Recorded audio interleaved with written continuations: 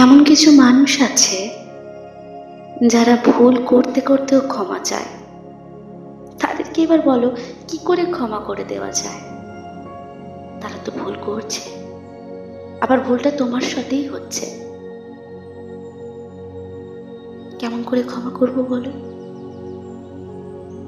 তাই সব কিছু থেকে সরে আসাই ভালো।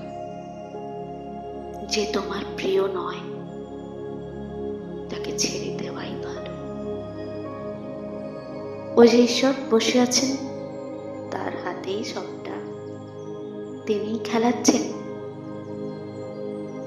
ভালোবাসা এমনটা নয় যাকে ক্ষমা করতে প্রয়োজন পড়ে।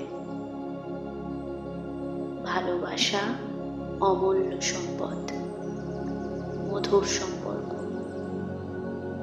যেখানে একটা মানুষই স্পেশাল হয়।